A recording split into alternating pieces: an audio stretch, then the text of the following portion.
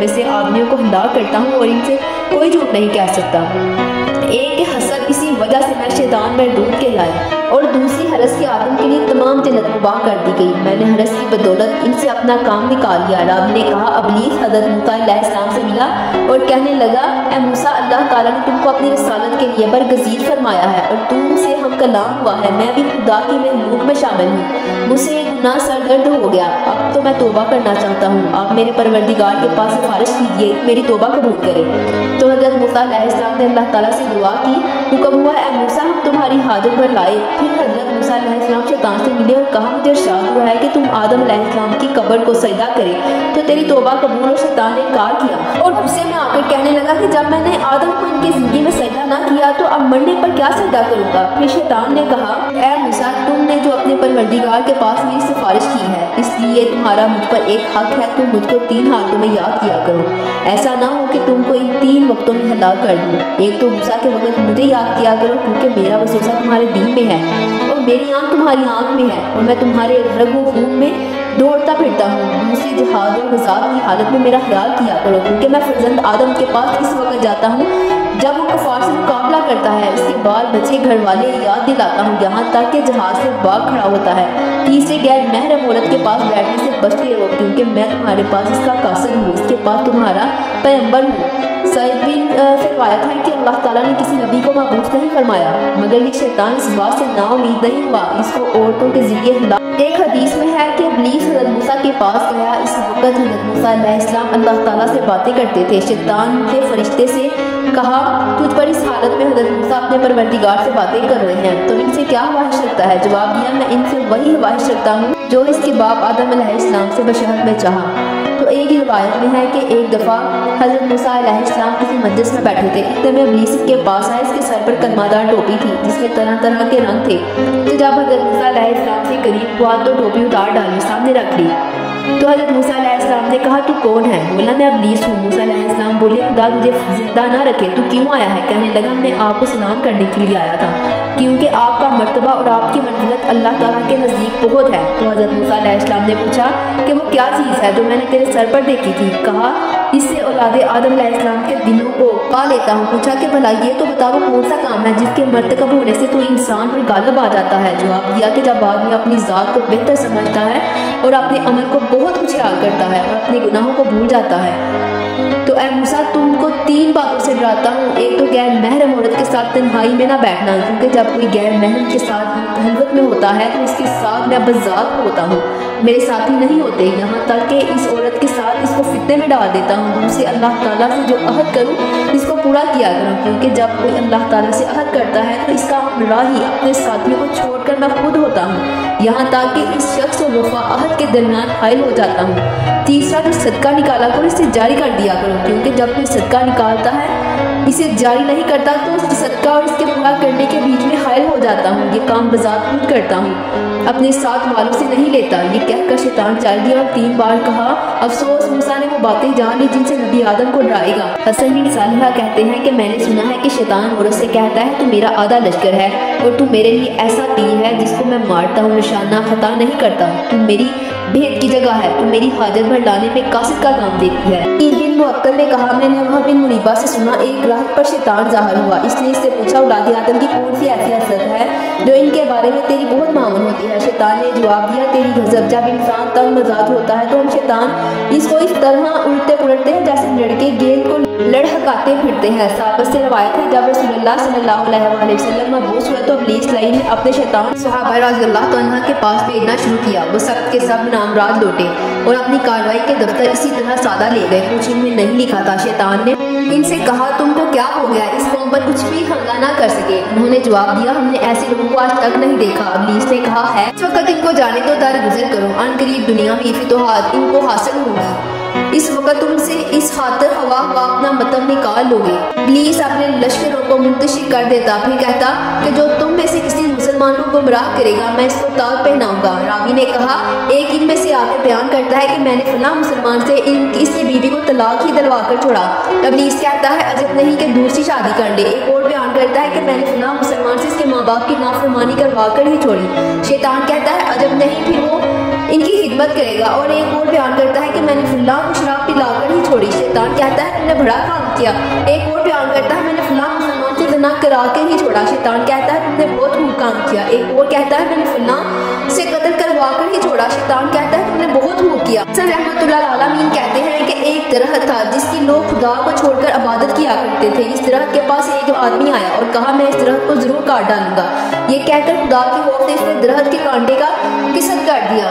اتنے میں شیطان ایک انسان کی صورت اختیار کر کے اس کے سامنے آیا اور کہا تمہارا کیا ارادہ ہے؟ اس شخص نے جواب دیا اس درخت کو کاٹنا چاہتا ہوں جس کو لوگ خدا چھوڑ کر پوچھتے ہیں۔ شیطان نے کہا تم درخت کی پرستش نہیں کرتے تو دوسروں کی عبادت کرنے سے تمہارا کیا نقصان ہے؟ اس نے جواب دیا میں اس کو ضرور کاٹوں گا۔ شیطان نے کہا کیا تم ایسی چیز چاہتے ہو جو تمہارے لیے بہتر ہو؟ اس درخت کو مت کاٹو، تمہیں ہر روز 2 دینار ٹکی کے نیچے سے ملا کریں گے۔ اس نے کہا تمہاری بات کا ضامن کون؟ شیطان بولا میں خود ذمہ دار ہوں۔ وہ شخص واپس لوٹ آیا۔ اگلی صبح 2 دینار اپنے سرہانے کے نیچے سے اس نے حاصل کیے۔ پھر تو دوسری صبح اٹھا تو اسے کچھ نہ ملا۔ غصے میں آ کر درخت کو کاٹنے کے لیے اٹھا۔ شیطان اس کے پاس آدمی کی صورت میں آیا تو کہا تو کیا چاہتا ہے؟ اس نے کہا اس درخت کو کاٹنا چاہتا ہوں جس کی خدا کو چھوڑ کر عبادت کی جاتی ہے۔ شیطان نے کہا تو جھوٹا ہے، خدا کے خوف سے نہیں اس کو کاٹنا۔ وہ شخص درخت کو کاٹا۔ شیطان نے اس کو زمین پر مارنے کی کوشش کی، اس کا گلا گھونٹ دیا۔ اس کو یہ تھا اس کا دم نکل جائے۔ پھر اس نے کہا تو مجھے جانتا ہے میں کون ہوں؟ میں اس کو شیطان کہتے ہیں۔ پہلی بار تو خدا کے واسطے غصے میں پڑا ہوا آیا تھا تو میں نے تجھ پر قابو نہ پا سکا، اس لیے تجھ کو فریب دیا کہ 2 دینار ملا کریں گے، تو نے اس کو چھوڑ دیا۔ اب جب کہ تو دیناروں کے لیے غصہ کر کے آیا تو میں تجھ پر غالب ہوں۔ زید بن مجاہد نے کہا ابلیس کی اولاد میں سے 5 ہیں جن میں سے ہر ایک کو ایک کام پر جس کا اس نے حکم کیا ہے مقرر کر رکھا ہے۔ میرے پیارے بہن بھائیوں، شیطان کے مکر و فتنے بہت ہیں جن سے ہمیں بچنے کی ہدایت دی گئی ہے۔ اللہ تعالیٰ کی اس کتاب میں اپنے مدعے پر بیان ہوں گے، اور چونکہ شیطان کے فتنے بکثرت ہیں اور دلوں کو گھیرے ہوئے ہیں اس لیے انسان کو اس کے بہکاوے سے بچنا مشکل ہے، کیونکہ جو شخص آدمی کو اس مرغوب الاتباع چیز پر ابھارتا ہے تو وہ ایسا ہے جیسے کشتی کے لیے دریا کا بہاؤ ہوتا ہے۔ دیکھو کس تیزی سے کشتی رواں ہوتی ہے، جبکہ ہرموت و مروت فواہش نفسانی کا مادہ پیدا کر دیا گیا تو ضبط نہ کر سکے۔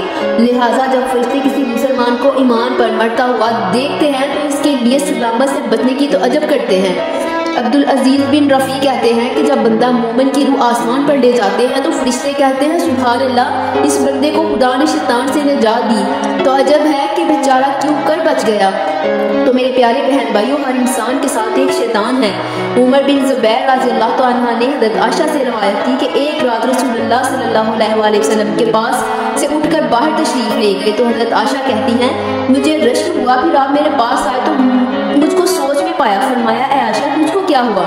کیا تجھے رشک ہوا؟ میں نے عرض کیا یا رسول اللہ خلا مجھ جیسی عورت کو ایسے کے بارے میں کیوں کر رشک نہ ہوا؟ آپ صلی اللہ علیہ وسلم نے فرمایا اے عائشہ کیا تجھ پر تیرا شیطان غالب آیا؟ میں نے عرض کیا یا رسول اللہ کیا میرے ساتھ شیطان ہے؟ فرمایا ہاں میں نے عرض کیا اور آپ کے ساتھ؟ یا رسول اللہ صلی اللہ علیہ وسلم نے فرمایا میرے ساتھ بھی ہے، مگر میرے پروردگار نے اس کو مجھ پر غالب کر دیا ہے، اس لیے میں اس کے شر سے بچا رہتا ہوں۔ چنانچہ عبداللہ بن مسعود رضی اللہ عنہ سے روایت ہے رسول اللہ صلی اللہ علیہ وسلم نے فرمایا تم میں سے کوئی فرد و بشر نہیں مگر اس کے ساتھ ایک ہمراہی جن، ایک ہمراہی فرشتہ موکل ہے۔ صحابہ کرام نے عرض کیا کہ آپ کے ساتھ یا رسول اللہ؟ فرمایا میرے ساتھ ہی، مگر اللہ تعالیٰ نے اسے مجھ پر غالب کر دیا، لہٰذا وہ اسلام لے آیا تو اب مجھے نیک کام کے سوا نہیں بتاتا۔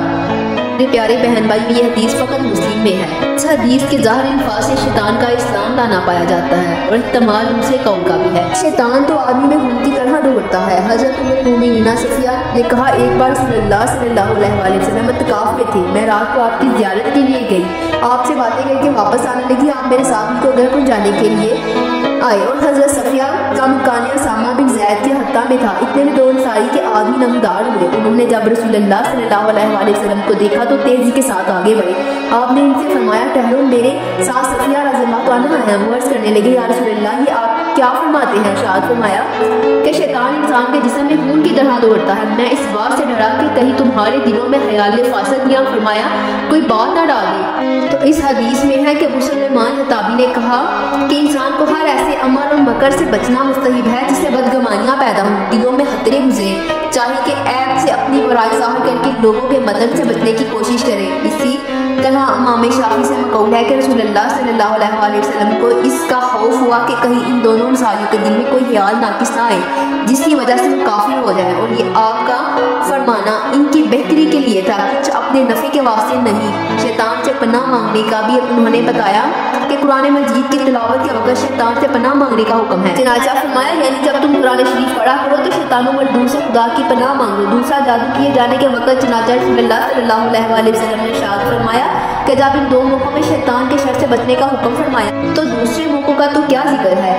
رسول اللہ صلی اللہ علیہ وسلم کی صحبت اٹھائی، وہ بولے ہاں میں نے کہا بھلا یہ تو بتاؤ جس رات رسول اللہ کے واسطے شیطان نے مکر گھانٹا تھا تو آپ نے کیا کیا تھا؟ انہوں نے جواب دیا کہ شیطان جنگل کی نالیوں سے اور پہاڑی کی گھاٹیوں سے رسول اللہ صلی اللہ علیہ وسلم پر ٹوٹ پڑے تھے، ان میں سے ایک شیطان اپنے ہاتھ میں آگ کا شعلہ لیے ہوئے تھا، چاہتا تھا کہ آگ کے چہرے مبارک کو جلا دے۔ اتنے میں آپ کے پاس حضرت جبرائیل علیہ السلام آئے اور کہا یا رسول اللہ کہے، فرمایا کیا کہوں؟ کہا یہ دعا پڑھیے، اور انہوں نے رسول اللہ صلی اللہ علیہ وسلم کو دعا پڑھنے کا حکم دیا جس سے شیطان کی آگ بجھ گئی، خدا نے ان کو شکست دی۔ حضرت عائشہ رضی اللہ عنہا سے روایت ہے کہ رسول اللہ صلی اللہ علیہ وسلم نے فرمایا تم میں سے ہر ایک کے پاس شیطان آتا ہے اور وہ پوچھتا ہے کہ تم کو کس نے پیدا کیا ہے؟ وہ کہتا ہے خدا نے، پھر پوچھتا ہے تو کہتا ہے کس خدا نے بنایا؟ بس جب تم میں سے کسی کے دل میں خیال آئے تو یوں کہنا چاہیے، اس کے کہنے سے خیال جاتا رہے گا۔ تو رسول اللہ صلی اللہ علیہ وسلم نے فرمایا فرزند دادل وہ شیطان بھی چھوتا ہے، اور جب شیطان چھوتا ہے تو وہ برائی میں پڑ جاتا ہے اور حق کو جھٹلاتا ہے، تو جب نیکی کی طرف جھکتا ہے حق کی تصدیق کرتا ہے، جب تمہارے دل میں خیال نیک آئے تو سمجھو خدا کی طرف سے ہے، اللہ تعالیٰ کا شکر ادا کرو، جب بری بات جی میں آئے تو شیطان سے پناہ مانگو، شیطان تم کو محتاجی کا وعدہ دیتا اور بری باتیں بتاتا ہے۔ تو میرے پیارے بہن بھائیو، شیطان اسی طرح بہت طرح کی چالیں چلتا ہے اور انسان کو گمراہ کرنے کی کوشش میں لگا رہتا ہے کہ وہ ذکر الہی سے محروم رہے، اچھے کاموں سے ہمیں روکتا رہتا ہے، ہمارے دلوں میں کس طرح کے وہ وسوسے ہمارے ذہنوں میں پیدا کرتا ہے، اور شیطان سے بچنے کے لیے تو ذکر خدا ہی کافی ہے، اور شیطان تو انسان سے جدا نہیں ہوتا کیونکہ وہ ہر ایک سے ملا جلا رہتا ہے، اور ہمیشہ یہی دعا کرنی چاہیے کہ اللہ تعالیٰ ہم سب کو شیطان کے شر سے بچائے اور راہ حق پر قائم رہنے کی توفیق عطا فرمائے۔